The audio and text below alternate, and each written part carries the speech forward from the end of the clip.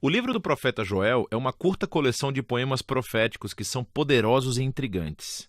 Joel é único entre os profetas por algumas razões. Primeiro de tudo, não há indicação explícita de quando esse livro foi escrito. É mais provável que no período de Esdras-Neemias, após o retorno do exílio, porque ele menciona Jerusalém e o templo, mas parece que não há reis. Também é único, já que Joel está claramente familiarizado com muitos outros livros das Escrituras.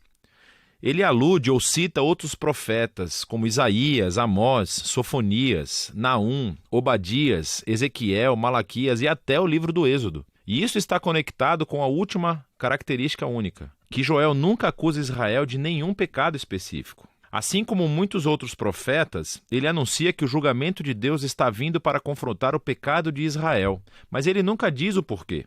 Provavelmente porque Joel assume que, tal como ele, você já leu os livros dos profetas, e você já sabe tudo sobre a rebelião de Israel. Agora, juntos, esses três recursos nos ajudam a entender esse pequeno livro fascinante. Que Joel é um autor bíblico que foi imerso ele mesmo em escritos bíblicos anteriores. E a sua reflexão sobre eles o ajudou a compreender as tragédias da sua época, mas também lhes deu esperança para o futuro. Vamos nos aprofundar e ver como esse livro é importante. Nos capítulos 1 e 2, Joel se concentra no dia do Senhor. Esse é um tema-chave nos profetas e descreve eventos no passado quando Deus apareceu de uma forma poderosa para salvar seu povo ou confrontar o mal. Pense nas pragas do livro do Êxodo. Mas o profeta viu nesses eventos passados como indicadores de uma época futura em que Deus voltaria a confrontar o mal entre o seu povo, mas também entre as nações, e traria a salvação ao mundo inteiro. E então, aqui, nos capítulos 1 e 2, Joel reuniu dois poemas paralelos que incidem sobre esse tema. Então, o capítulo 1 é sobre o dia do Senhor no passado. Ele começa anunciando um desastre recente, que um enxame de gafanhotos devastou Israel. E a sua descrição do enxame lembra o dia do Senhor contra o Egito. Lembre-se da 8ª praga de Êxodo, no capítulo 10.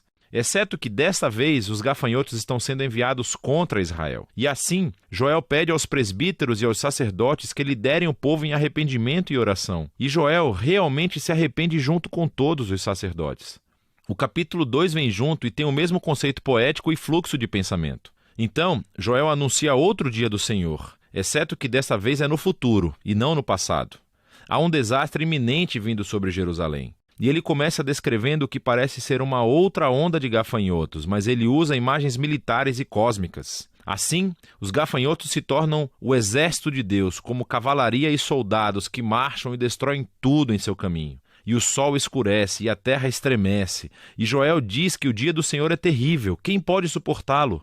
E assim, mais uma vez, Joel pede às pessoas que clamem e se arrependam. E ele diz como devem fazê-lo, entregando seus corações e não as suas roupas, e retornando ao seu Deus. Em outras palavras, Joel sabe que o arrependimento pode ser apenas um espetáculo para se livrarem do problema. E ele diz que Deus não está interessado nisso. Ele quer uma mudança genuína para que seu povo pare com seu egoísmo e maldade. E então, Joel diz por que Israel deve se arrepender. Porque Deus é gracioso e compassivo. Ele é lento na ira e cheio de amor. Ele cita aqui o livro do Êxodo sobre como Deus perdoou Israel depois que eles fizeram o bezerro de ouro. A partir dessa história, Joel aprendeu que a misericórdia e o amor de Deus são mais poderosos do que a sua ira e julgamento. E assim, ele conduz o sacerdote em atos de arrependimento e oração, pedindo a Deus que poupe o seu povo. Então, logo depois desses dois poemas, a cena muda. E temos uma breve narrativa sobre a resposta de Deus ao arrependimento de Joel e do povo. Então, Deus estava cheio de paixão por sua terra e tinha compaixão do seu povo. E Deus diz que ele vai reverter os efeitos devastadores desse dia do Senhor e transformá-lo de julgamento em salvação. Então, primeiro ele vai derrotar os invasores ameaçadores, que eram presumivelmente os gafanhotos, e ele desviará todos eles para a sua própria ruína. Então, ele vai restaurar a terra devastada e trazê-la de volta à vida, tornando-a abundante mais uma vez. E, finalmente, Deus diz que vai trazer a sua presença divina entre o seu povo. Ela se tornará real e acessível a todos.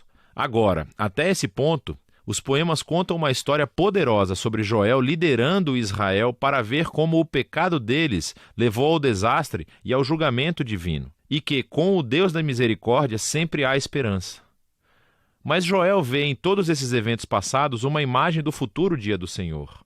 E assim, na seção final do livro, Joel escreve mais 3 poemas que correspondem à resposta de 3 partes de Deus. E ele entrelaça imagens de outros livros proféticos e expande tudo para uma visão de esperança para toda a criação. E então, primeiro, a esperança da presença de Deus entre o seu povo se expande em uma promessa sobre como um dia no futuro o próprio Espírito de Deus, a sua presença na vida pessoal, preencherá não apenas o templo, mas todo o seu povo.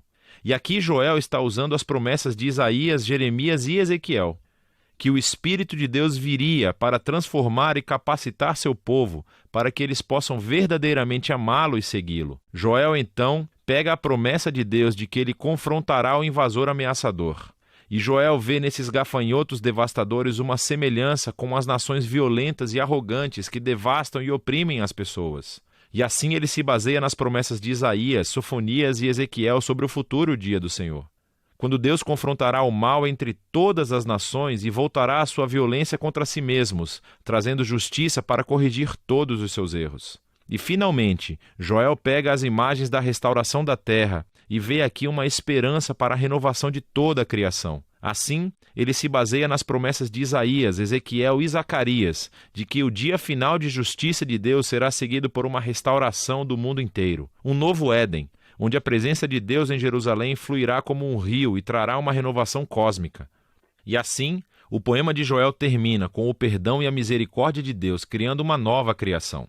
E assim, esse pequeno livro de Joel explora ideias profundas sobre como o pecado e o fracasso humanos causam destruições tão devastadoras em nosso mundo, sobre como Deus anseia por mostrar misericórdia àqueles que são responsáveis pelos seus pecados e os confessam, e sobre como tudo isso nos leva a esperar que Deus um dia derrote o mal em nosso mundo, mas também dentro de nós, e traga a sua esperança de cura para tornar todas as coisas novas.